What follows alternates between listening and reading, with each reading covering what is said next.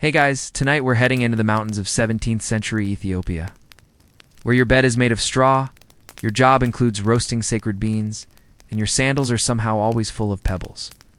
You're a monk in a quiet but deeply caffeinated monastery, part spiritual guide, part coffee artisan, part reluctant goat wrangler. The air here is crisp and thin, with mist curling low across the stone walkways just before dawn. Outside your modest cellar room, carved into the wall of an ancient highland rock, face-on old iron bell begins to toll, the sound echoing off the cliffs like a sleepy yawn. You open your eyes slowly, the straw pillow warm beneath your head, and are immediately greeted by the cold. Not dramatic, frostbite-inducing cold. More like, why does the floor feel like a slab of ice? And who stole my blanket kind of cold? Your blanket, by the way, is technically not yours. It's shared, rotated. You didn't win the lottery this week, so you've got the thin one. So, before you get comfortable, take a moment to like the video and subscribe, but only if you genuinely enjoy what I do here. And drop your local time and where you re-listening from. I'm always curious who else is wide awake right now. Now, dim the lights. Maybe turn on a fan for that soft background hum. And let's ease into tonight's journey together. You sit up slowly, joints clicking like poorly tuned instruments. Your robe woven locally from a coarse cotton blend is folded neatly beside you. It's beige. Everything here is beige. The walls, the floors, even the goat that sometimes wanders inside and eats people's foot wraps. You pull the robe over your head and tie it at the waist with a frayed sash. The sandals go on last. Their leather cracked and suspiciously damp. You don't ask questions? Outside, the first hints of daylight shimmer through the trees, acacias and junipers mostly, all gnarled and wise-looking. The monastery, perched on a plateau, oversees sweeping valleys dotted with round tukels. Those traditional Ethiopian thatched huts. There's a breeze. You taste the dry earth and the ghost of roasted coffee on it. Someone's already brewing. The day officially begins with a trek to the chapel. You shuffle in line with a few other monks, all of you bleary-eyed, silent, when hunched against the cold like a row of bundled-up pigeons. The chapel door creaks open, revealing a dim incense-scented space, lit by candles so short they've been re-wicked twice. One of them flickers out.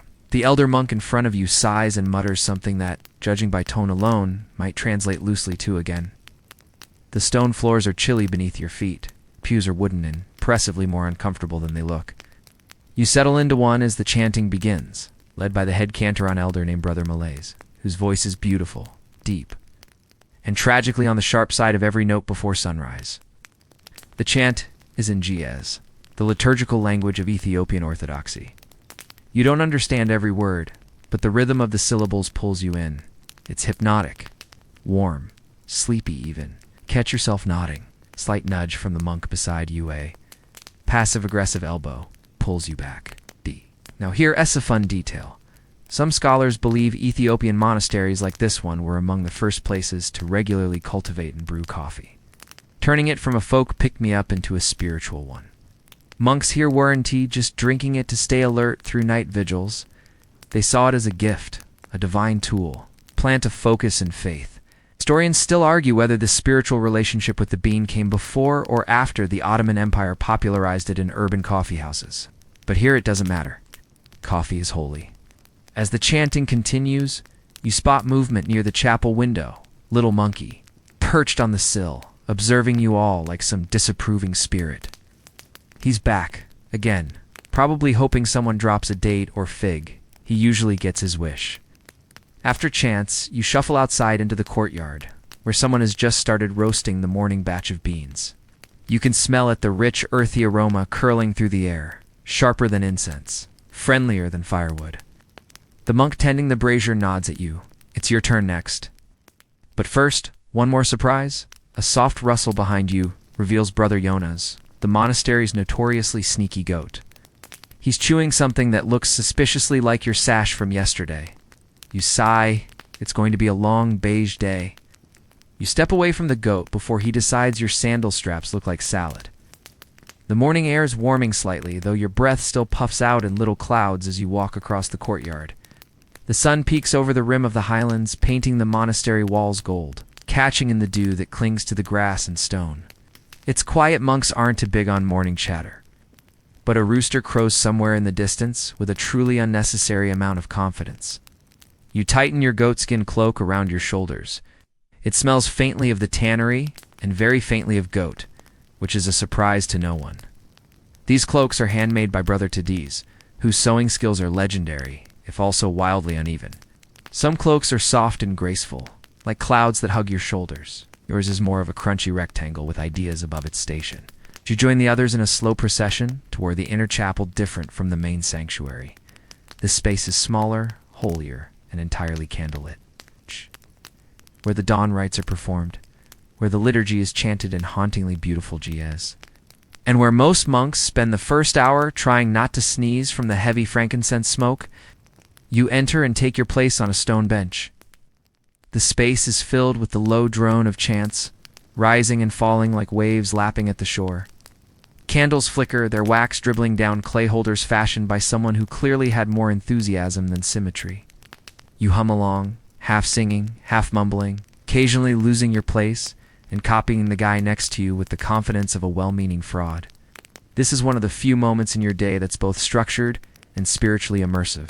You close your eyes. The vibrations of the chant settle in your chest.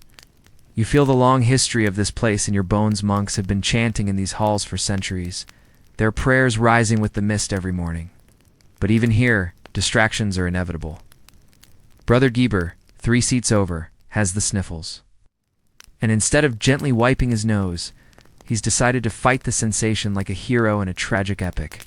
You hear a stifled snort, and a louder one, then ... silence. Victory. Help.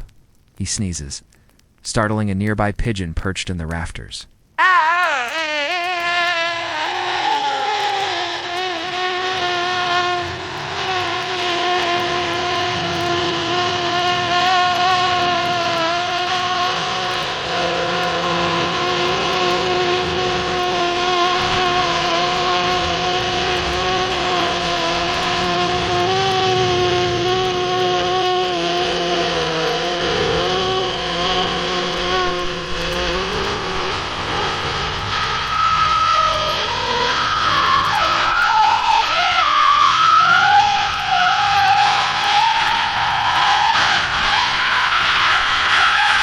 Despite all this, the chants continue, relentless and rhythmic. You notice one of the younger monks swaying slightly, either in spiritual ecstasy or just losing the battle against sleep. Hard to say, but relatable. The chants end with a final, unified note that echoes like a sigh across the hall. The monks bow their heads, then slowly rise, heading for their first work duties of the day. You do the same, stretching slightly as you stand. Your knees crack with a noise that would earn applause in certain percussion circles. Outside again, the light is brighter, the sky is sharper blue. Birds flit across the trees surrounding the monastery, some small and brown, some startlingly iridescent, all far too awake for this hour. You make your way toward the roasting shed, where the scent of fresh coffee hangs thick in the air like a promise. But first, you pass a cluster of woven baskets left out in the sun. It's good. Inside them are green coffee beans, recently depulped and drying. You run your hand over them. Smooth. Cool. Every batch matters. You've learned that the hard way last month, Brother Acid accidentally scorched an entire batch, and the resulting brew tasted like burnt regret and sadness. Before entering the shed, you pause at the small basin near the doorway and wash your hands. Cold water, rough soap, no towel. Hygiene is important, especially when your entire theological worth seems to be evaluated through how well you roast a bean. Inside it's warm, cozy even. The brazier glows faintly, the coals arranged just so, ready for roasting. Ajeben Ethiopia's signature coffee pot sits nearby, its round base already blackened from years of use. You roll up your sleeves. It's your turn, but let's step back for a second. You ever wonder why Ethiopian monks take coffee so seriously? Legend says a goat herd named Kaldi discovered the magic of coffee after noticing his goats dancing on a hillside after nibbling red berries. Some versions say he tried them himself. Others say he brought them to a monk who disapproved and threw them in the fire, only for the scent to rise and inspire the first roast. Historians still argue whether Chaldee ever existed or whether this origin story was just a clever way to make coffee sound divinely ordained. Either way, it worked. Back in the shed, you take a shallow iron pan and pour in a handful of beans. The roasting begins. You stir gently, keeping the beans moving, watching their color shift from pale green to golden to rich brown. A few start to crackle. The sound is tiny, like the rustle of paper or the crunch of dry leaves underfoot. You inhale deeply. The aroma is something you never get tired of.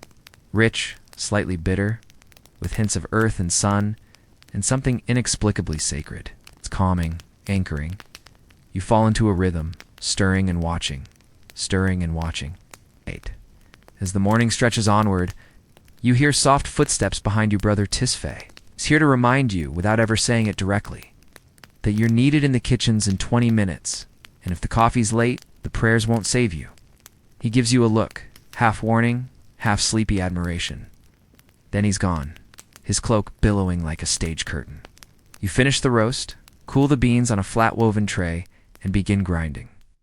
The rhythmic thunk of the mortar and pestle is oddly satisfying, like you're drumming for a very tired, very monastic rock band.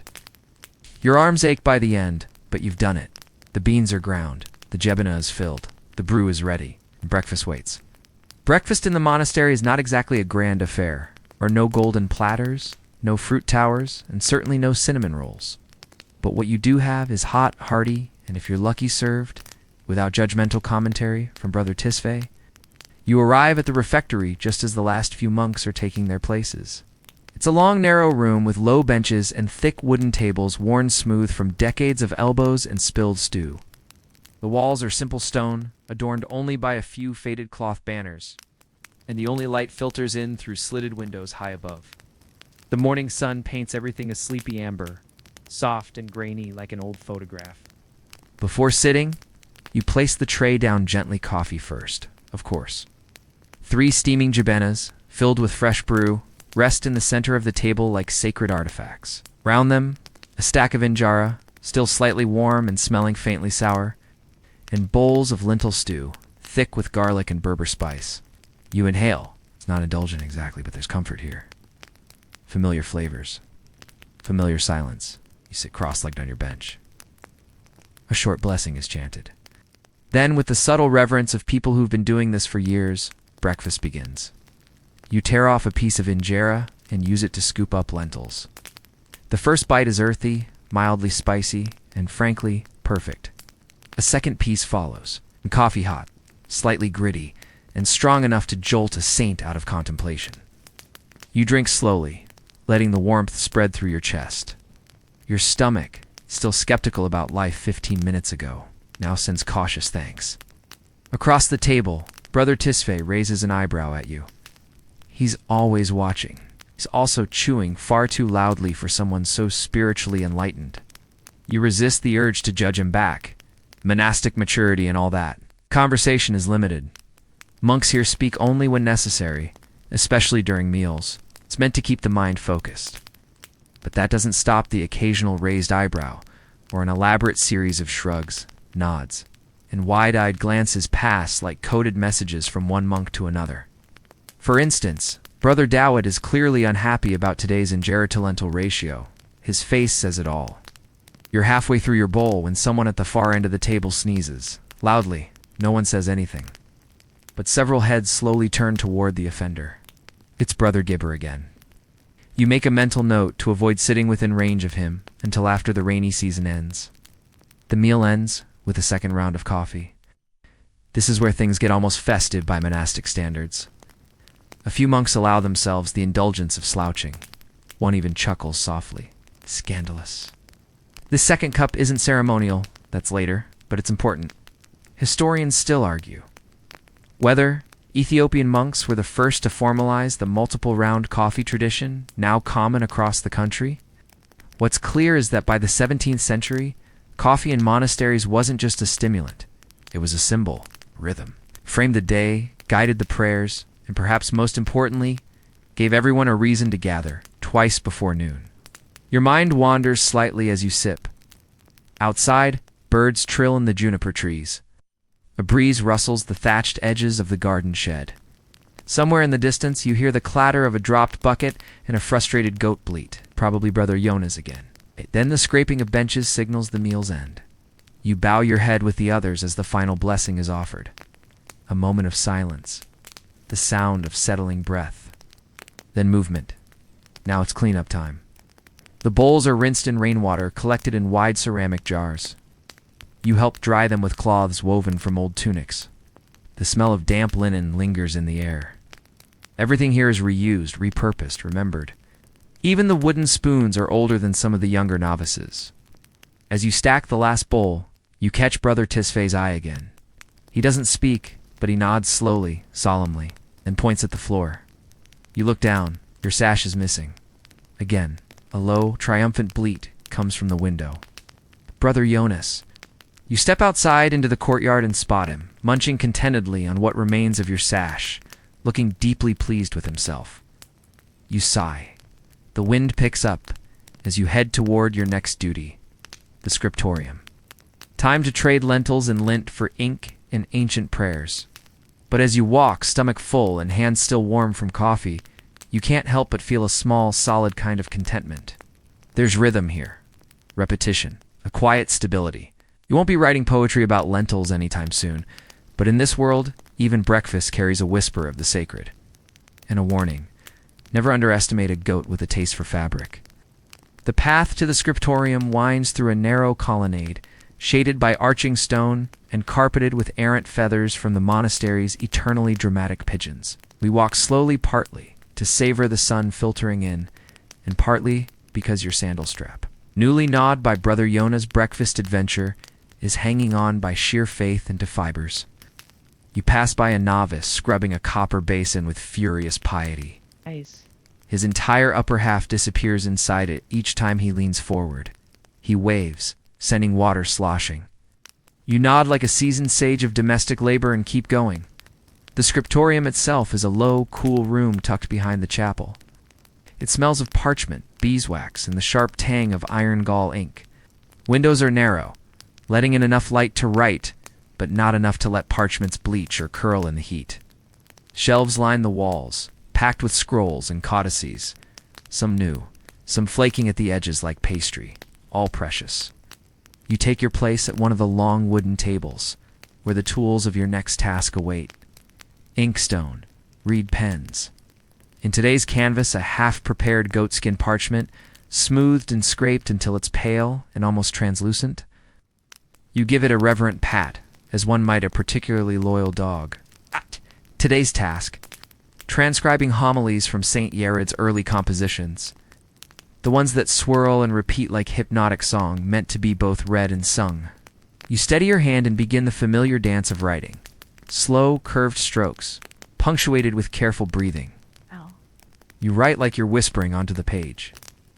You are not a master scribe yet, but you're getting better. Your letters are mostly uniform now. Mostly. The bet still leans to the left like it's had a rough night, but no one's perfect. As you write, your mind drifts. St. Yared, you recall, is the very soul of Ethiopian sacred music. Legend says angels taught him to chant by gently bonking him on the head with a golden staff. Historians still argue whether he truly invented the Zima chant system himself or merely stactatized oral traditions already in motion. But no one denies his influence. His notations still shape your prayers even now, hundreds of years later. Oh. The chant you're copying today deals with spiritual sleep and divine awakening, Oh. which, considering how sleepy your brain feels post-lentil breakfast, is deliciously ironic. Your fingers cramp a little around the pen. You stretch them slowly. The room around you is nearly silent, except for the faint scratch of pen on parchment and the occasional creak of Brother Casa S joints as he shifts positions. He's been copying texts since you were small. You suspect he might actually be a living relic. His beard reaches mid-chest and acts as its own bookmark. You dip your pen again? Writing here is not just clerical work, it's devotion. Every stroke is an act of remembrance. Every dot, a breath of prayer. And yet, the monotony can sneak up on you like a stealthy goat with a fabric fetish. To stay focused, you hum a soft tune. It's just enough to keep time with your writing. It's one of Yard's simpler melodies, the kind often taught to children and goats. Just as your paragraph is starting to take shape, a shadow crosses your work. You look up. It's Brother Assot, holding a sheet of parchment with a smear of what looks suspiciously like honey. He raises one eyebrow, universal monkly expression that means, "Is this your mess or mine?" You shake your head slowly. He sighs, mutters something about blasphemous bees, and wanders off toward the courtyard. Outside, you can hear them low buzzing, insistent. Monastery's beehives are notoriously rebellious. Last month, one swarm took up residence in the bell tower. Brother Dowett still carries a sting on his forehead like a very specific divine punishment. The next section of the chant features a triple reframe, one of Yared's signatures. You copy the elegant curves of the Giez letters, careful not to blot the page. There's a rhythm now. Your wrist settles into it. So does your mind. This is the part of the day where time gets slippery. Minutes drift. You look up, and suddenly an hour has passed. At some point, a novice quietly sets down a bowl of roasted barley near your elbow. A snack. You nod in silent gratitude. The barley's dry but pleasant, crunchy like little echoes of the earth. You eat with your left hand, still writing with your right. Then a disaster narrowly avoided. Your elbow brushes the ink pot. It wobbles. You gasp. Everyone freezes, but the ink pot does not fall. It rights itself, wobbling once more for dramatic flair, and then stills. You release the breath you've been holding since the Middle Ages. Brother Casa grunts approvingly without looking up. Another hour passes, and you begin to close your work. Ow. The final line curls into a slow, elegant flourish. You sign it with your assigned mark, a small cross within a circle. Not your name. Names aren't important here, only the word. You blot the final letters carefully and stretch again, your back popping in several languages. The sun has moved across the room, lighting the dust motes like tiny spirits. You brush a few off your sleeve and set your tools aside. Your shift in the scriptorium is done. Before you leave, you roll the parchment gently and tie it with a strip of flax. Ow. It will go into the drying room, then to binding, and eventually to the sanctuary, where it will live in a golden box, prayed over for decades. And you're off to the garden now, because nothing says monastic discipline like pulling weeds for spiritual growth. You step out into the monastery's garden, blinking against the sun. The courtyard's cool shade gives way to a golden haze of warmth and dust. It's early afternoon now, and the sky above is the sort of gentle blue that makes you briefly question why anyone would willingly choose to sit inside copying syllables for hours instead of lounging under a fig tree. But lounging is not the monastic way. Weeding, however, very much is. You walk past the low outer wall of the scriptorium, where an opportunistic vine has once again launched a silent invasion. You make a mental note to deal with it later. Maybe tomorrow. Perhaps you will just start calling it Brother Vine and assign it to kitchen duty. The garden is more than a patch of vegetables. It's a semi-sacred space, sectioned carefully. Root crops near the well, herbs and raised beds near the outer walls, and coffee bushes in the shadiest, most prized corner. You head there first because, frankly, the weeds there have attitude and need to be taken down a notch. You kneel beside one of the bushes. Its leaves are deep green and waxy, fluttering slightly in the breeze. Tiny white blossoms peek out from behind the foliage, delicate, like stars caught on branches. Beneath them, you spot the round red berries, or cherries, as some monks call them. You pluck one, roll it between your fingers, oh God, and think about how this little thing could, if roasted, just right launch 1,000 epiphanies. Historians still argue how coffee truly came to be cultivated in Ethiopian monasteries, whether monks domesticated it independently, or adapted wild forest strains already used by Oromo communities in the region. What's certain is this: in your time, it is both daily sustenance and spiritual metaphor. Coffee wakes the body, focuses the mind, and sharpens prayer. It's a sacrament and a snack. You toss the berry aside and lean into your real task: weed removal. Sweaty, dirty, and suspiciously like punishment disguised as devotion. The weeds cling to the soil as if they've paid rent, and you find yourself locked in a silent tug-of-war with a particularly stubborn thistle. As you work, the world quiets. You hear only your breath, the whisper of leaves, and the occasional flutter of bird wings overhead. A bee hums past your ear like it owns the place. It probably does. Then a voice: You missed the spot, comes Brother Tisfay's dry tone, drifting from behind a row of rosemary. You don't turn around. I was saving it for you. Ah, he replies, so generous. He disappears with a faint chuckle, probably off to critique someone else's weed technique. You suspect Tisfay secretly enjoys gardening far more than he pretends. His rows are always straight, and his thyme plants look smug. After a while, the sun climbs higher, and the heat settles in, thick as honey. You tie your hair back with a strip of old linen and smear dirt across your brow without meaning to. Your fingers are black under the nails. Your knees ache. But the garden is looking better.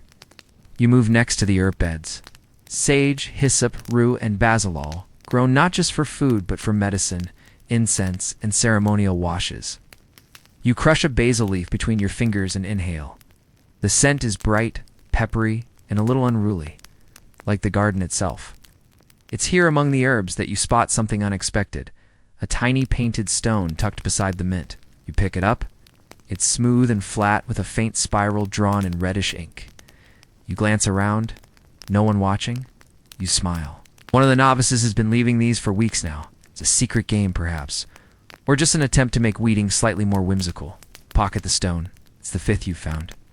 Further along, you reach the onion patch, which has absolutely exploded since last week. One bulb has pushed through the soil like it's making an escape. You wrestle it free and hold it up triumphantly. It's oddly satisfying. You imagine it as a prize, most dramatic vegetable. But the real prize, is the shade of the fig tree at the edge of the garden. You make your way there, brushing dirt off your tunic. The tree is ancient, its trunk gnarled and fat as a sleeping dog. Its branches spread wide, offering mottled shade that dances over the ground. You sit beneath it, legs stretched out, back resting against the bark, and you breathe. This is your pause in the day, the halfway mark. Your fingers still smell of mint and onion. Your tunic is streaked with soil. Your mind, despite the labor, feels oddly clear. A fig drops nearby with a soft plop. You glance up. The tree, apparently, is offering dessert.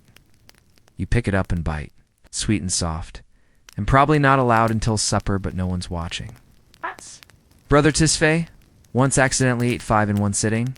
You're well within your moral fig quota. As you chew, you spot 2 birds bickering over a water dish.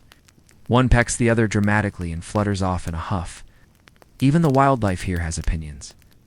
Somewhere in the distance, the bell rings for afternoon prayer. You groan softly, stretch one last time, and brush your hands clean on your robe. The figs are overripe. The onions are revolting. The weeds are plotting a comeback. But the garden is still here, still sacred, and you. You're just a sleepy monk with muddy sleeves and fig juice on your chin. In other words, thriving. You leave the fig tree behind with reluctance that borders on spiritual rebellion. But the bell has spoken, and in this monastery, bells are never ignored. Well, almost never.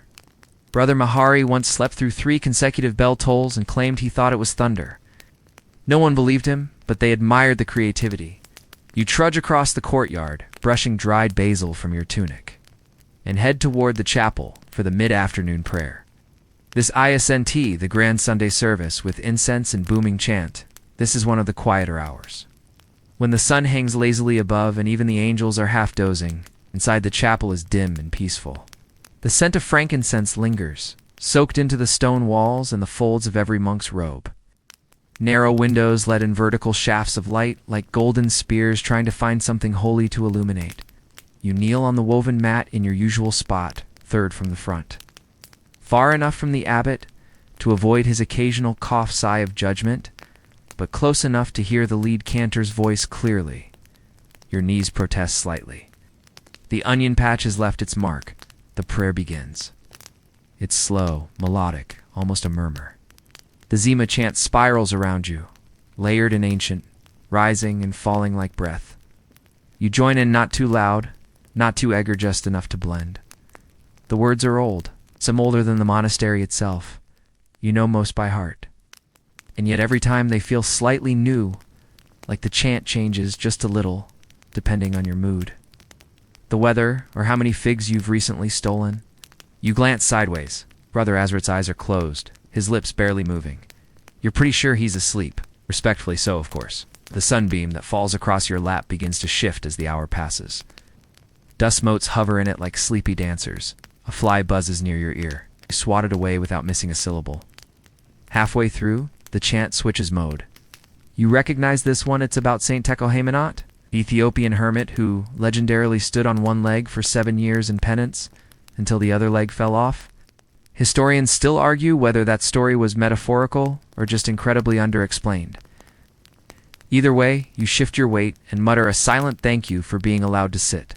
The chant flows onward. You try to stay focused, but your mind, like a goat with wanderlust, drifts. You think about the coffee ceremony that'll take place tonight. Imagine the green beans being roasted over the brazier, the smell curling through the halls. It's the slow pouring of hot, fragrant liquid into small cups. You can almost taste the bitterness already. Almost hear the soft clink of ceramic and the whispered jokes exchanged between sips. You also think about your chores, how the vinegar barrels need checking, how Brother Yona should not be left alone with the soap again, and how, despite your best efforts, the scriptorium inkstone has developed a chip that looks disturbingly like a frown. The final verse begins. You snap your attention back. This last stanza is your favorite, full of metaphors about rivers and sleep and stars that know your name. It ends on a soft hum, a descending tone that vibrates deep in your chest like a drumbeat of silence. The chant fades. The room stills. A few of the older monks remain motionless for a moment longer, eyes closed, mouths slightly open. Sacred nap or holy trance, hard to tell. You rise slowly, your joints crackling in quiet protest. You stretch your arms and offer a respectful nod to the abbot, who's already heading toward the cloister walk, muttering something about overly liberal interpretations of tempo. He's still grumbling about that syncopated refrain from last week. As you step outside, the afternoon sun greets you again. It's lower now, warmer in tone, throwing long shadows across the flagstones. The monastery hums with subtle movement buckets being carried. Firewood stacked. A novice chasing a chicken who has wandered into the apothecary's hut. Again, you head toward yourself for a short break before supper prep. Your room is small, just wide enough for a straw mat, a wooden chest, and a shelf with 3 books you've already memorized but reread anyway. There's a cracked window that lets in breeze and bees in equal measure. You sit cross-legged on the mat and pour a small cup of water from your jug. It's lukewarm, but tastes faintly of clay and rosemary. You sip it slowly, watching the light shift across the wall. Your cell is silent, peaceful. You allow yourself one long sigh, the kind that's half gratitude, half exhaustion. In the hallway beyond, you hear faint giggling, then a thud, then silence. You decide not to investigate. Instead, you reach under your mat and pull out a folded cloth. Inside is something precious, a piece of bark with a prayer inscribed by your old mentor. Brother Zamin, before he left for a hermitage up in the Semian Mountains. His script was terrible, but the words glow. You run your thumb across them and smile. Outside, the bell rings again. Not a call this time, just a reminder. Evening approaches. You place the bark back under the mat, finish your water and rise. Time to help with the evening meal. You whisper a soft thank you to the ceiling. And step back into the hallway, ready to argue with a cabbage and possibly rescue another stolen ladle from the goats. The kitchen is already alive when you arrive. Alive in that mildly chaotic, gently smoldering kind of way that only monastery kitchens can be. Smoke curls out of the chimney, and there's a suspiciously enthusiastic clanging sound coming from the back. Either someone's improvising percussion instruments again, or the lid to the barley pot has staged an escape attempt. You tie your robe back at the waist, push up your sleeves, and grab the nearest wooden spoon. No one officially assigned you to anything, but the way Brother Cadane hands you a chopping board says everything. Tonight's dinner will be simple but hearty. Lentils stewed with garlic and onion, side of injera flatbread, and a large pot of Goman collard greens with spiced clarified butter. Nothing to elaborate. The fasting calendar is merciful today. You set to work peeling garlic cloves, their papery skins clinging to your fingers like needy parchment. A pile of onions waits, silently threatening your tear ducts. You brace yourself and begin to chop. The scent hits quickly, sharp and sweet, earthy and immediate. Within minutes, your eyes sting gently, and you blink like a novice trying to interpret his first prophetic dream. Across the table, Brother Emmanuel sees you and wordlessly slides a chipped pottery cup toward you. Water, solidarity in liquid form. You nod, grateful. Over in the corner, a novice is enthusiastically grinding spices with a mortar and pestle that's much too large for him. Cumin, coriander, a hint of dried cardamom, filling the air with a warmth that settles deep in the chest. He sneezes violently and looks up, betrayed by his own nose. "Bless you, you call. Wasn't cursed," he shouts back, with the innocence of someone who still thinks that's how blessings work. The kitchen crackles and murmurs with activity. The fire pit in the center glows softly, licking the bottom of the great iron pot where the lentils simmer. A thin film of steam dances at the rim, curling into shapes that almost look like letters. You consider reading them for omens, but decide they probably just say, "Stir me, do." The scent of garlic begins to mellow. Someone opens the window, and a breeze slips through, stirring the cloth that hangs over the spice rack. The kitchen has no door, only a rough archway, and from your post you can glimpse the sun beginning to dip behind the hills. Shadows stretch long and lean across the courtyard. It's the hour of whispered jokes and stretching cats. You ladle a small spoonful of lentils onto your palm and blow to cool it. Then you taste, still a little bland. You reach for the Berber spice blend carefully, reverently. This is the monastery's pride, after all. Ground fresh every month and stored in a clay jar sealed with beeswax. You sprinkle just enough to bring out depth without starting a rebellion. Historians still argue over the exact regional origins of Ethiopia. Spice traditions, whether Berber's signature blend came by way of Red Sea trade or developed independently from earlier Cushitic spicecraft. All you know is that if you mess it up, Brother Kadain will dramatically declare that his taste buds have died and require a resurrection. You hand him a spoonful. He slurps, pauses, frowns, then nods solemnly. "Acceptable," he says, as if pronouncing judgment in court. You bow deeply. "My gratitude, O Spice Lord." He tries not to smile, fails. A flicker, but still a win. As the sun dips lower, the pace quickens. The injera has to be ready just in time. You move to the round clay griddle and help pour the fermented batter. It sizzles on contact, bubbles forming into delicate patterns like miniature crater fields. You watch them pop slowly, releasing that unmistakable tangy scent. You lay each piece on woven reeds to cool, fanning them out like edible scrolls. The monks begin filtering into the refectory now. You hear footsteps, soft conversation, the clearing of throats and benches scraped gently along the floor. The older monks sit first, their hands resting in their laps, eyes closed, waiting with the patience of trees. You carry the pot of lentils, now perfectly spiced, and place it on the long, low table. The bowls are humble, carved wood with the occasional knot or scar. You take pride in ladling the food evenly, though a few monks will inevitably protest the injustice of the serving sizes. It's a sacred tradition. At last the meal begins. Ouch. No chatter at first. The opening prayer, recited together, floats up in quiet unison. Then, with the blessing finished, spoons, clink, injera tears, and soft murmurs begin to rise like steam from the bowls.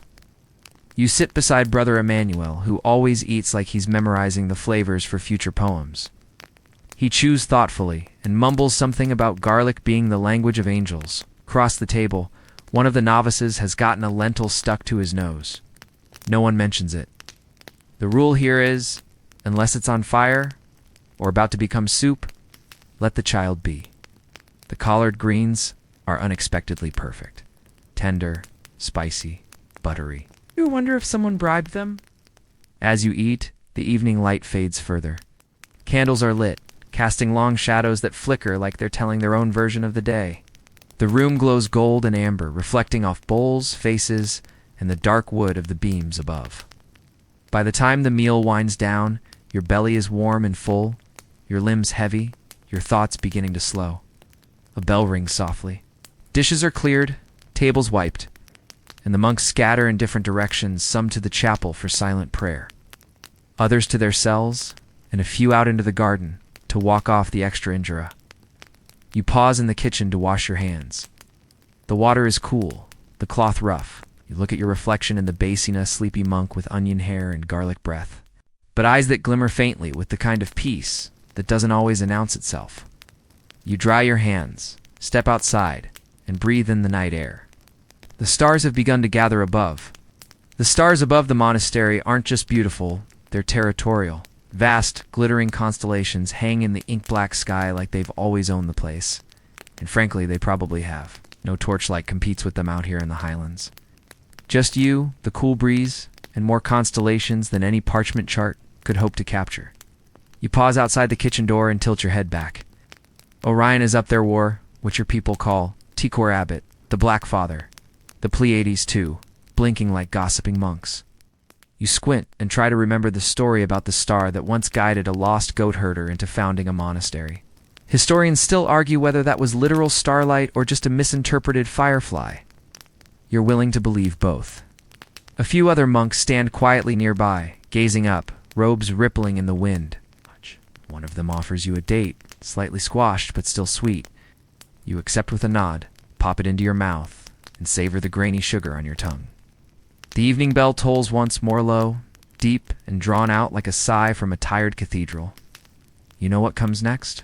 So does everyone else. Coffee. The third round of the day. The real one. This is no ordinary Magandago affair. This is Bunna, the Ethiopian coffee ceremony, performed with the kind of reverence normally reserved for saintly relics or lost keys. You shuffle back toward the inner courtyard, where preparations have already begun.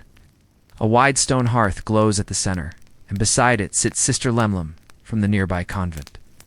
She visits twice a week to prepare the evening ceremony, since as everyone agrees the monks simply cannot be trusted to roast. He ends without setting off theological debates about the nature of medium dark. She's already roasting green beans in a flat metal pan, swirling them gently over the coals. The scent hits immediately sharp, earthy, with a faint whisper of chocolate. It curls around your senses, comforting and invigorating all at once. You close your eyes and breathe it in like incense. The other monks begin to gather, sitting on low stools or woven mats, legs tucked, hands folded loosely. No one speaks loudly. It's a sacred moment, but not solemn, more like a cozy hush before the punchline of a good joke. It's custom, yes, but it's also just a delight. The beans are dark now, glossy with their natural oils, alive with scent. Sister Lemlem lifts the roasted beans and holds the pan near everyone's face, one by one, letting each inhale the aroma. Someone sneezes from too much incense earlier. The stars keep watch. You find yourself swaying slightly in time with it, like a lullaby in pestle form. She grinds them in a mortar slow, rhythmic strokes that echo softly in the night. Water is poured in, the ground coffee added, and the pot nestled carefully into the coals. No timers, no gadgets. No. Just intuition and centuries of practice. The delivery is slow and wry. You chuckle. You drink even if you're full, even if your eyes are drooping. You don't say no to braca. Just roasted depth and clarity. You sip. It's strong enough to wake a dead theologian, but somehow gentle on the tongue. You nibble. Sip. Listen to the fire crackle and watch shadows dance across the courtyard stones. One of them blinks a distant, ancient wink. Somewhere up there, you imagine, another monk might be doing the same thing. You personally suspect the beans found you first. Maybe on a different mountaintop. Maybe in a different century. Sharing the same sky, the same beans. The warmth flows through you slowly, like you're being inhabited by a very polite fire. But it winds between the trees and over the rooftop like the melody of the night itself. The sky is fully dark, save for the stars. The wind carries a chill, not cold, just enough to make you grateful for your robe. The story's absurd, obviously, but it's been passed down through so many retellings that it now feels like institutional memory. Then comes the Jebanov, the round-bellied clay coffee pot with a long neck and spout. Sister Lemlem removes the Jebanov from the fire and lets it settle. No rush has to rest just long enough for the grounds to drop. First for the elders, then around the circle, one cup at a time. You don't say anything. You just let the silence have its moment. The ritual is unhurried, intentional, like brewing stillness itself. You watch a faint curl of steam escape the spout like a sleepy ghost. You glance around. Brother Emmanuel is humming quietly to himself. Novice braids together some dried grass, not for any reason, just habit. As the coffee brews, someone begins a gentle recitation of a folk tale, something about a hyena that wanted to be a monk, but couldn't. Tea resists eating all the communion bread. The scent of coffee deepens, thick, almost tangible in the air. Then, the pouring begins. Ashi holds the jebana high, streaming the coffee into tiny, handleless cups without spilling a drop. Cup. Your cup comes warm and dark and bitter. No sugar, no milk. The second round follows. Then the third baraka, the blessing cup. It's tradition. By now, everyone's relaxed into the ritual's rhythm. Someone passes around toasted barley. Novice hands you a slice of honey bread. In the background, a reed flute starts up, barely a breath, more air than note.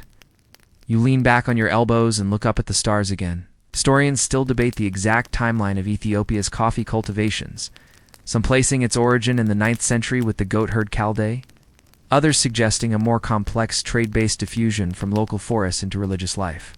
The ceremony winds down. The coals are gently stirred. The last few drops of coffee poured out, cups stacked, silence respected.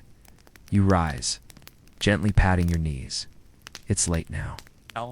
You murmur goodnights as the group disperses, some heading to the chapel for one final prayer, others to their cells to reflect, journal, or secretly snack on leftover honey bread. You linger a moment longer by the fire, letting the warmth sink into your bones. Then, at last, you turn and walk slowly back, toward your cell, the night wrapping around you like the softest of blankets.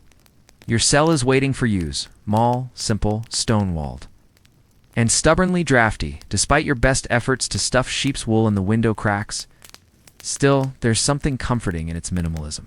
A narrow wooden cot, a woven mat, a stack of hand-copied manuscripts, and your robe hanging on a peg like it's already more tired than you are. You close the wooden door behind you and slide the bolt with a quiet thunk. The room dims immediately, lit now only by the tiny oil lamp flickering near your cot. The flame dances in a shallow clay bowl, its wick a bit of twisted linen, soaking gently in sesame oil. You promised yourself you'd refill it yesterday. You did not. Pistu is, once again, a rascal. You pull the wool blanket up over the katichi, but warm man sit on the edge. Boots off, toes cold. You rub them together to summon a little friction magic. Not effective, but oddly satisfying. You reach over to your makeshift nightstand, a stack of old theological treatises, and grab your journal.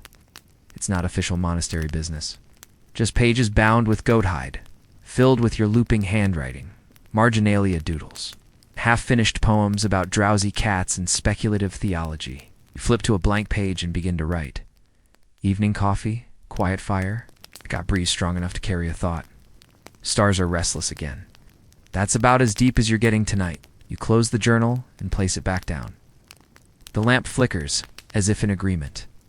You glance toward the manuscripts on the lower shelf. They've been waiting for your attention for weeks. One's a partial translation of the Book of Enoch. Another's a treatise on angelic hierarchies. Nobody can agree on whether there are 7 orders or 9, or if cherubim are just glorified hall monitors. Historians still argue whether Ethiopian monastic scribes developed their famously precise easy calligraphy independently, or were influenced by early Syriac and Coptic styles. Either way, your own penmanship would probably be described as aspiringly legible.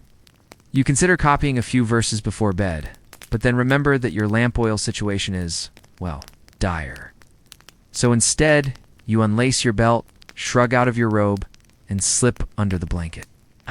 The chill bites at first, then fades.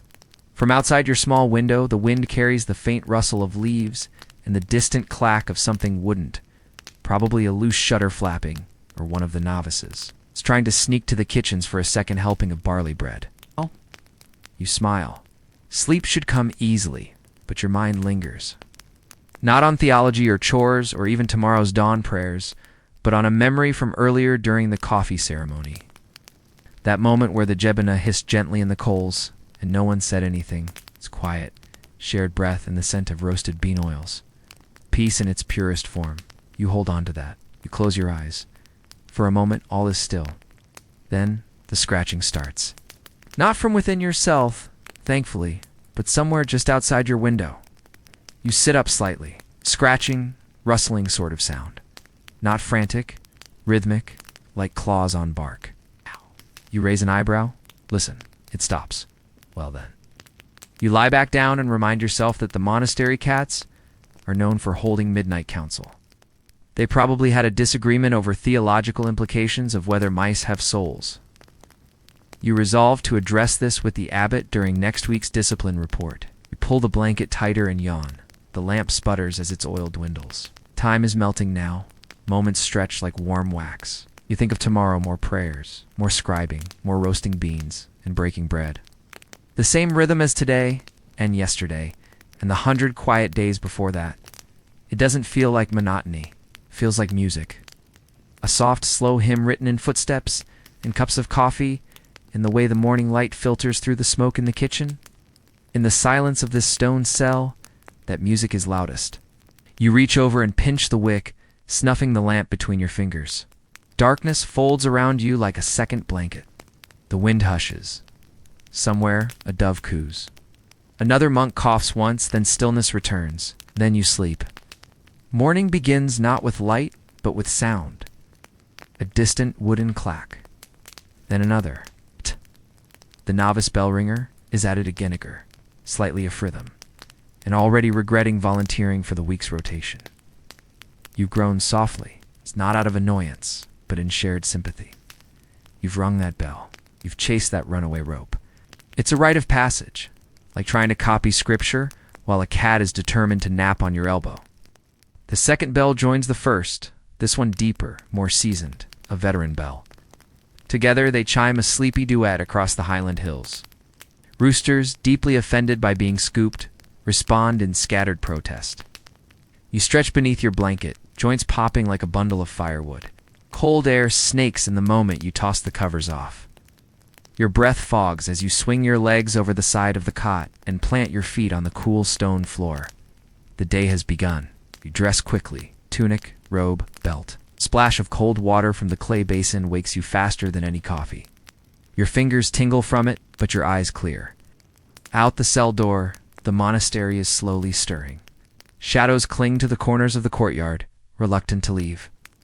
The rising sun hasn't reached the ground yet, but its fingers are already lighting up the mountaintops, brushing golden across the horizon like someone spilled honey on the sky. You make your way to the chapel, sandals slapping softly against the stone. Others join you silently, some still blinking sleep from their eyes, others already humming fragments of morning hymns. Inside, the air smells of old wood, wax, and a hint of yesterday's incense. The icons gleam faintly in the lamplight. You take your place on the bench, fold your hands, and breathe. The morning prayer begins not with words, but with silence. A silence so deep, you can hear the rustle of a moth's wings near the altar. Then a single voice rises a low chant, slow and even. Then another joins. Then another. Giez, the ancient tongue, flows like a river across the chapel. You don't understand every word, not consciously, but the rhythm and tone are as familiar as your own heartbeat. You let it carry you. No need to wrestle with meaning, just float. You've recited these prayers 1,000 times. Each day slightly different, each voice adding something new. Even the coughs, the dropped notes, the late arrivals, they all weave into the fabric. Perfection isn't the goal. Presence is. After the liturgy, the abbot offers a reflection short, thoughtful, mildly humorous. Something about weeds in the garden and patience with novices. You smile. The novices don't. Then comes a reading from the Book of Jubilees, one of the many sacred texts unique to your tradition. The passage describes the cycles of time, the heavenly tablets, the ordering of the seasons. Historians still debate how the Ethiopian canon came to include such rich and varied texts, some long lost to the West. But you don't question it, you just listen. The light has reached the windows now, casting long golden streaks across the floor. Dust motes dance in the beams, tiny angels in lazy formation. As the service ends, the chapel fills with the quiet shuffle of robes and sandals. You file out with the others, nodding silently to familiar faces. Outside, The courtyard is now bathed in light. A goat bleats somewhere near the kitchen, indignant about something no one will ever understand. You make your way toward the refectory for the morning meal. Along the way, you pause by the herb garden, a narrow plot of earth where rosemary, rue, and sacred basil grow in tangled wisdom. One of the elder monks is already tending it, murmuring blessings to the soil. "Any fresh mint today?" you ask, voice still gravelly from sleep. He grunts noncommittally, which is as close to a perhaps as you'll get. Breakfast is simple. Flatbread still warm from the oven, a smear of honey, and a handful of roasted chickpeas. You chew slowly, savoring each bite. Another monk passes you a clay cup of warm barley tino coffee, yet not until after the morning chores. Anticipation sharpens the appetite. As you eat, you glance around the room. The refectory is loud in the softest way possible. Spoons clink. Low laughter bubbles up here and there. Someone drops a fig and swears under their breath before immediately apologizing to the fig. It's a small world, but it's yours. Outside, the sun is climbing. You know the chores ahead, some predictable, others? Well, monastery life is nothing if not creatively chaotic. You've scrubbed floors, chased geese, copied scrolls, chased after scrolls carried off by wind, and once, memorably, helped deliver a calf while someone insisted on reading psalms over the whole ordeal. You finish your tea, fold your hands, and rise. The day stretches ahead, not fast or urgent, but steady, like a path worn into the hills by 1,000 quiet feet. Another bell rings. Time to begin. You head toward the library, not a grand, towering archive, but a squat, thick-walled stone room that smells of ink, old parchment, and occasional goat hair. Inside, it's cool and dim, with narrow windows and rows of low wooden shelves. The air hums with quiet reverence, and you swear the scrolls themselves are watching you. Your task this morning is both humbling and maddening. Making a fair copy of a hymnal manuscript for a nearby hilltop monastery, whose own was accidentally consumed by fire, which in monastic terms likely means someone. Knocked over an oil lamp while chasing a mouse. Again, you settle onto your stool at a long wooden table. Dip your reed pen in ink, dark as midnight, and begin. Slowly, carefully, you draw each Giaz letter. They loop and angle, some with tails like flicked paint, others blocky and stern. The scribe who created the original clearly had nerves of steel and fingers like bird bones. You, meanwhile, have a mild tremor from yesterday's third cup of coffee. The work is slow, oddly meditative. Each word you trace is a whisper from someone long gone.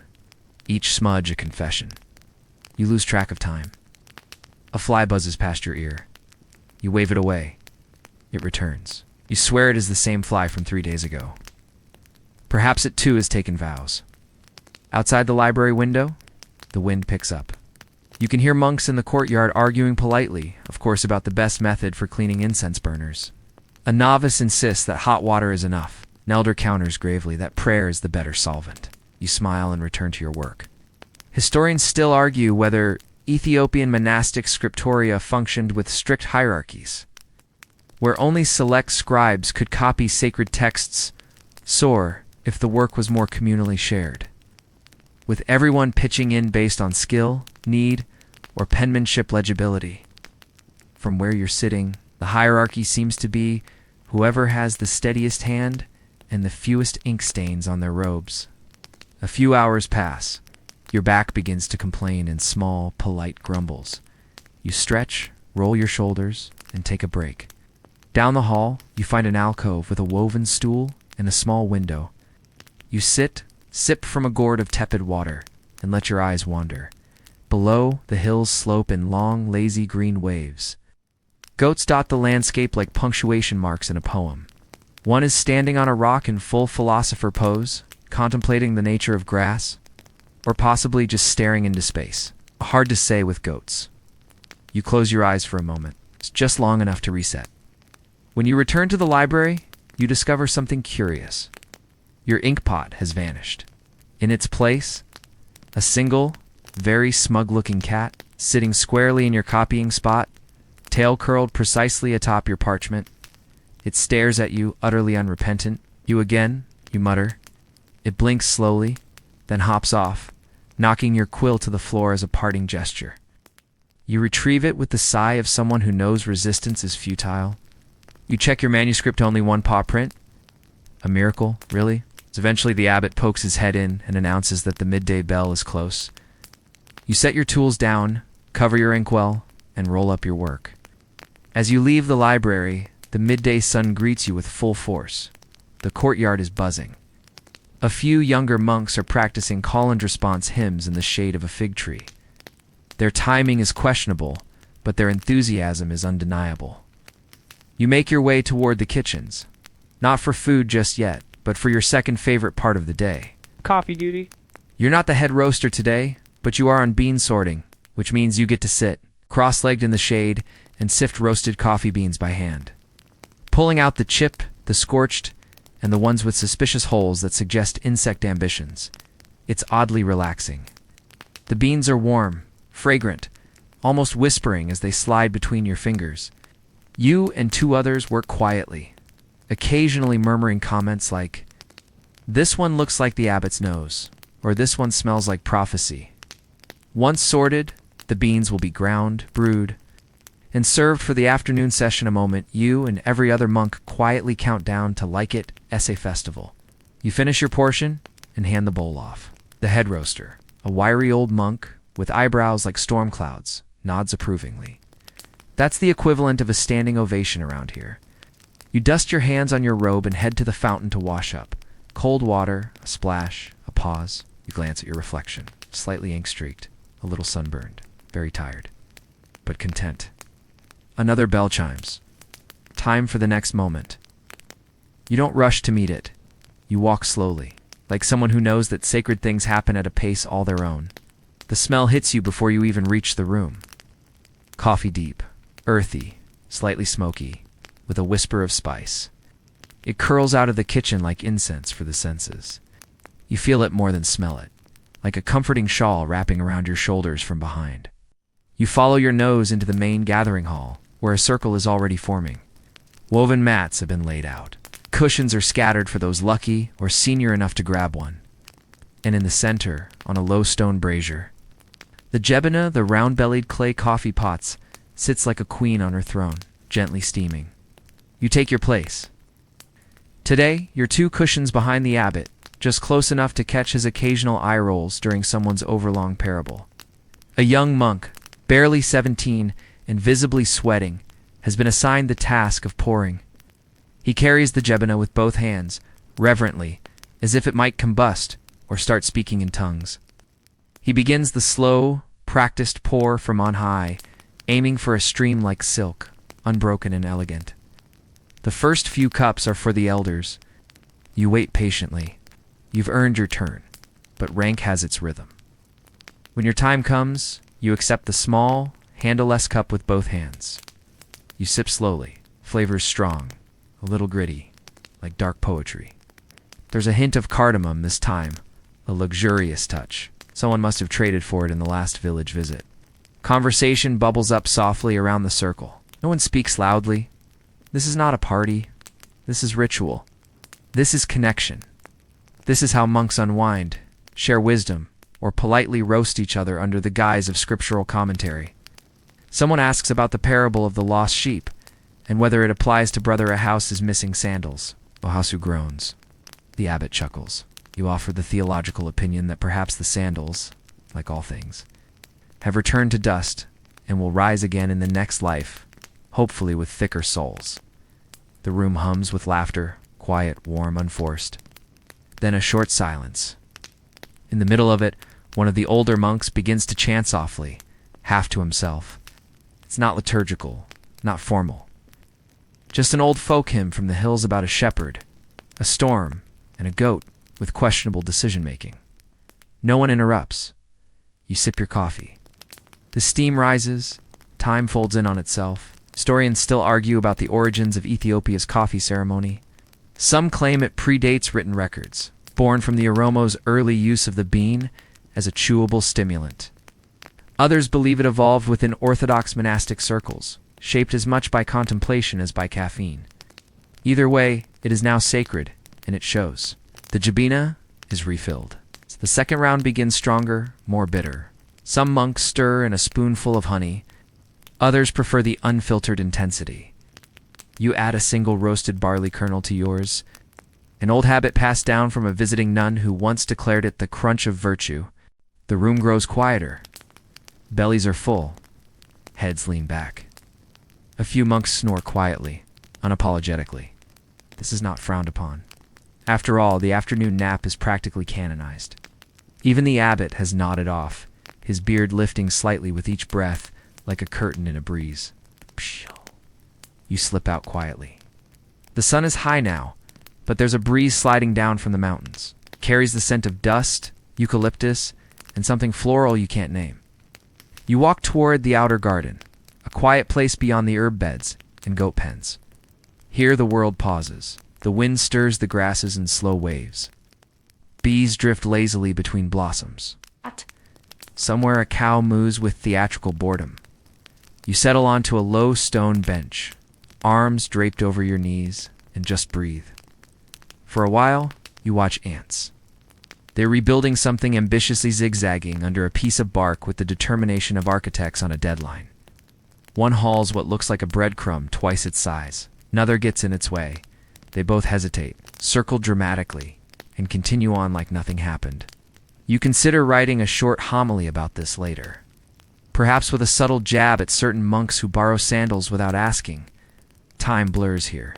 This isn't a part of the daily schedule. This isn't a chore or a ritual. This is just ... being, and being is enough. Eventually you rise. The shadows have shifted. You stretch, bones cracking faintly like old scrolls being unrolled. There's work to be done, still scrolls to finish, lentils to sort, possibly a lecture from Brother Jonas about the dangers of overwatering fig trees. But right now, all you have to do is walk slowly. Back along the path, you pass two novices, arguing about the proper angle to hold a censer. One is memeing what looks suspiciously like a lasso. The other is quoting psalms, probably in self-defense. You smile and offer. Whichever method doesn't set your sleeve on fire is probably best. They freeze, bow awkwardly, and shuffle off to test their theories on some unlucky candle. You make your way back inside. The stones are warm now underfoot, radiating heat like a second sun. You pause by the library, peek inside. No cats today, a minor miracle. You think briefly of the hymn you'll chant tonight. It's one of your favorites. It's long, slow, full of poetic lines about starlight and longing. You hum a few bars under your breath. The notes echo faintly against the wall. Then you keep moving quietly. The monastery isn't grand. It won't appear in any lavish paintings or dramatic films. But it's a place where time breathes, where the sacred is found in simple things, in coffee, in ants, in morning bells, and misquoted psalms. You touch the doorframe as you re-enter, a small, habitual blessing. And for a moment, the silence inside feels exactly like peace. Back inside the cool stone walls of the monastery, the hum of post-coffee contentment still lingers, like incense that settled into the robes and floorboards. You make your way down a narrow hallway, nodding politely at a monk hauling a basket of wool, and duck into the small storage room that doubles as the tool shed, scroll repair closet, and unofficial nap zone for Brother Jonas. You're here for candle molds. Every week, one monk is assigned to make the beeswax candles used for vespers and early morning prayers. It's your turn again. You suspect the rotation list is rigged, though no one admits it. Perhaps the list itself is divine. Or perhaps you were just the only one patient enough to remove old wax from the molds without cursing under your breath. You gather your materials, the brass molds shaped like small, elongated cones, the bowl of warmed beeswax, and a bundle of reeds for wicks. The room smells amazing like honey, old wood, and dust blessed by time. As you begin the process, you can hear the gentle clatter of pots in the kitchen, a goat bleeding somewhere, and the low chant of someone practicing psalms in the adjacent room. The world spins slowly here, and you're grateful. You pour the first wax. It's a slow motion of it, golden and glossy. Like sunlight made liquid, calms you more than prayer. The beeswax is rich this season. The apiary has been thriving thanks to the elder monk who talks to the bees. He insists they respond, no one argues. The honey's been excellent, so clearly someone knows what they're doing. Historians still argue about the precise role of monastic beekeeping in 17th century Ethiopia. Some say it was merely functional wax for light, honey for food, and as a mild antiseptic for minor injuries. Others claim it was part of a sacred ecological worldview, tending bees as both labor and meditation, a humbler echo of divine stewardship. All you know is, bees are picky, and if you sing to them while harvesting, you're less likely to get stung. Now as you work. A slow, repetitive melody, something with no words but plenty of breath. As the candles cool, you move on to another task, checking the water jugs in the common room. You hoist the largest of them to your shoulder, wobble slightly, and shuffle down the corridor like a slightly winded camel. At least one novice gives you a thumbs up, encouraging, if not strictly monastic. Once refilled, you pause for a drink yourself. The water is cool, drawn from the spring just below the hill. Filtered through layers of soil, stone, and likely at least one patch of goat hair. It tastes like the earth and time. Yes, a little bit like moss, in a good way. With chores winding down, you head toward the chapel, not for service, but to light the incense and prepare the altar. You pass through the heavy wooden doors, your footsteps softened by the woven mats lining the floor. Inside, the air is already thick with the scent of frankincense and myrrh. The stone walls shimmer faintly from the sunlight filtering through thin slits, catching on motes of dust like stars suspended in pause. You light the first candle, its beeswax wick, catching easily. Then another, and another. The room warms with flickering gold. You place the incense coals in their tray and gently spoon the resin atop it. It crackles faintly, then releases its smoke dense and sacred, curling like ancient script through the air. You close your eyes and breathe it in. Some say that scent is memory's greatest keeper. And here in this place, every whiff seems to bring back something early mornings. As a novice that one time you spilled the entire incense jar during a wedding, the abbot's laugh echoing as you scrambled to clean it with a broom that had exactly 4 usable bristles. You check the psalter at the altar. It's open to the evening chants, 104. The one about the setting sun and lions creeping out of their dens.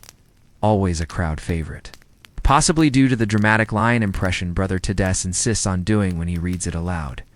With everything in place, you bow once, softly, and step back. Outside, the final bell of the day rings.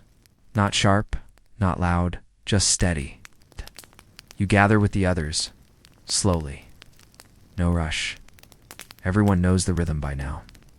Robes swish, sandals scrape softly, even the goats have settled down probably. No one's checked in the last 10 minutes, and that's always a gamble. As the monks take their places, you join the line. The chant begins. Low, rich, and layered. The voices rise, then settle, like waves against the hull of a quiet ship. You find your note and join in. Not about perfect pitch here. It's about breathing together, shaping words that stretch beyond the walls. One moment, you're thinking about candles. The next, you're somewhere else entirely. Not quite past, not quite present, just suspended. And this, perhaps, is the true heart of monastic life, not the coffee, not the scrolls, not even the goats. It's this shared breath, this shared time, sacred held in silence and sound.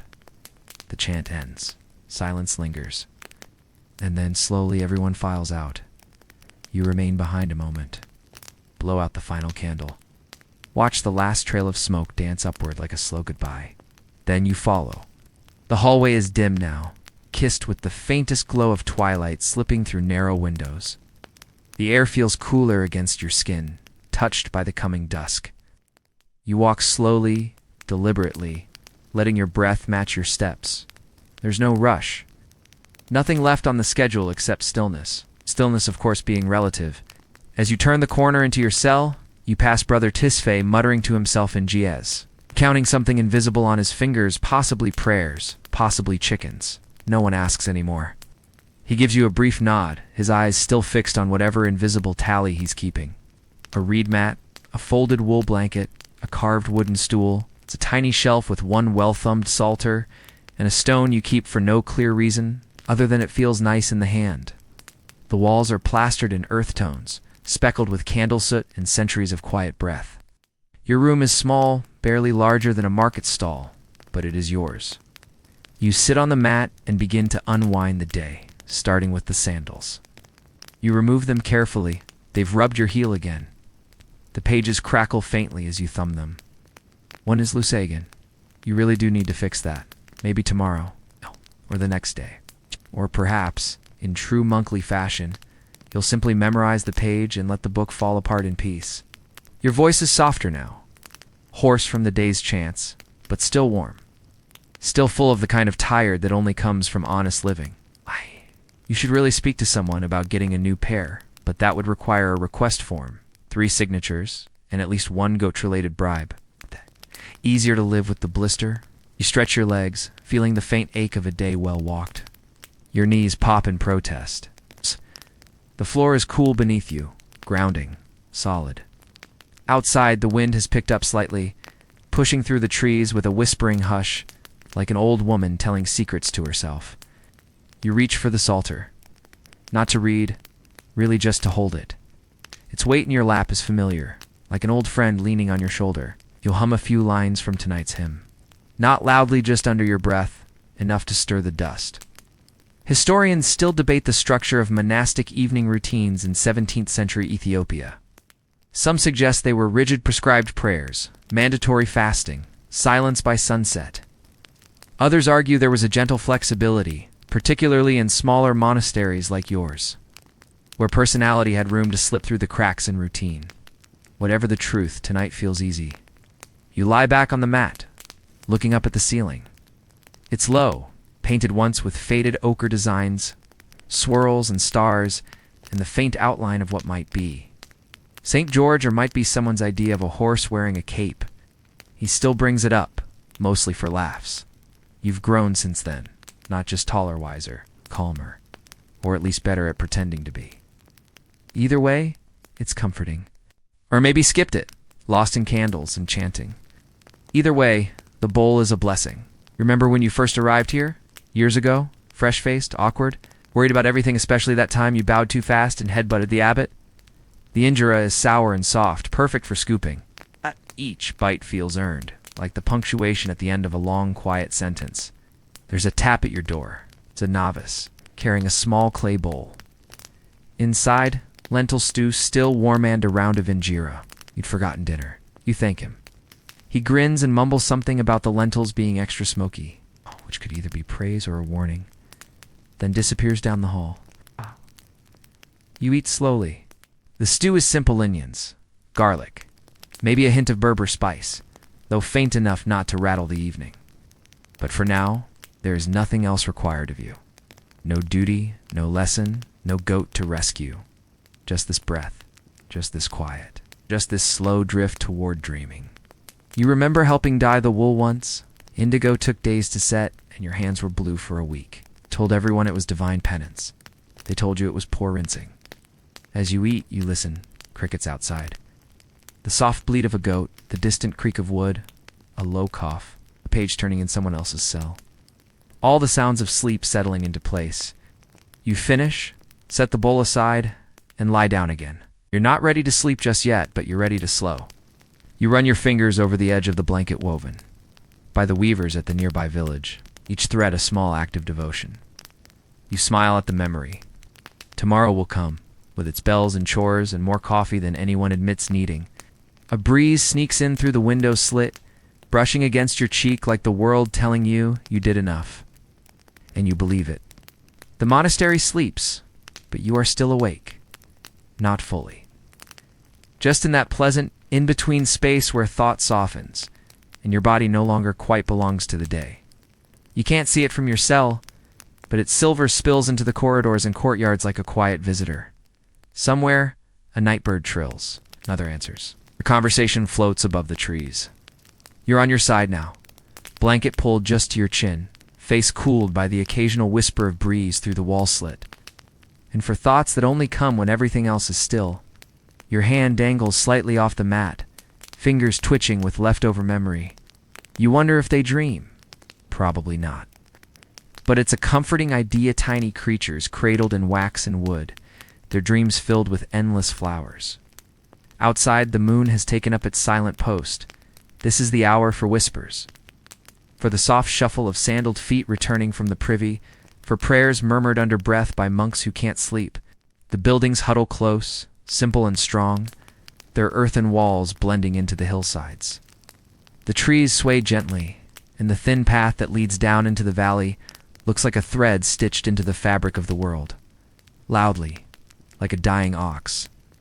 Or perhaps an ox deeply content with its lot in life. You smile in the dark. Some monks say he's the reason the chickens lay better. Your heartbeat is steady, like footsteps on a familiar path, the vibrations they claim. Chickens like rhythm, maybe they're right. You are thinking about the bees. You'll fumble for your sandals, probably put them on the wrong feet again. You'll stretch and groan and blink against the dark. You'll grumble about goats and coffee and that one scroll with the ink stain that looks suspiciously like a bat. About how they settle into their hives at night, pressed together in buzzing stillness, waiting for the warmth of morning. It loops in your head as your thoughts start to loosen. You shift slightly, pulling the blanket up over your shoulder. Your mind drifts toward Brother Jonas. Again, he always snores by now. Historians still argue whether monastic livestock was seen as sacred responsibility or merely convenient sustenance. Or in your experience, it's both. The goats can be exasperating, sure, but they also show up in half the parables, as though the walls themselves are holding their breath, waiting for you to settle into sleep. Even the ancient scrolls have that weird passage about the righteous being like well-fed sheep. A compliment, presumably. You hum again. That same wordless melody from earlier. The one you sang while pouring wax. It has no name, but it feels like home. You picture the monastery from above now, as though you are floating just beyond the roof. You've walked that thread many times. Carrying coffee, carrying wood, carrying your own doubts. You've walked those roads, climbed those hills, sat in those chapels. You've lived each moment of this long, slow, quietly astonishing day. Each inhale feels like you're gathering in the world, and each exhale like you're releasing it, one sigh at a time. It brings with it the smells of the evening. Cool stone, distant firewood, the last trace of incense still clinging to your robe. It's never easy, but it's never wrong. Now, there is only the faintest bell, perhaps, as one turns in its sleep. Back in your cell, your breath slows. You feel your chest rise and fall. Tomorrow, you'll rise before the sun. You'll hear the first bell crack the silence. And then, before you even notice, you'll be singing again. Breathing with the others. Alive in the rhythm, but not yet. For now you drift and drift. Your breath is soft now. You feel it moving through you, low and warm, like the gentle waves of a lake at dawn. The room around you fades into shadow, but not darkness. There's still a softness here. A hush. Your limbs grow heavier, looser, like sand being poured into a quiet jar. Outside. The wind nudges through the trees, again just a whisper, brushing the leaves, combing the sky. Even the goats, rowdy as they are, have given up their bleating. You roll slightly, pressing your cheek against the woven mat, feeling its ridges like the lines on an old map. And now it's time to let go of all of it. Let go of the morning coffee and the chants. Let go of the candle wax and goat drama. Let go of the scrolls and the bees and the boy who fell in the bucket. You've done enough. You are enough.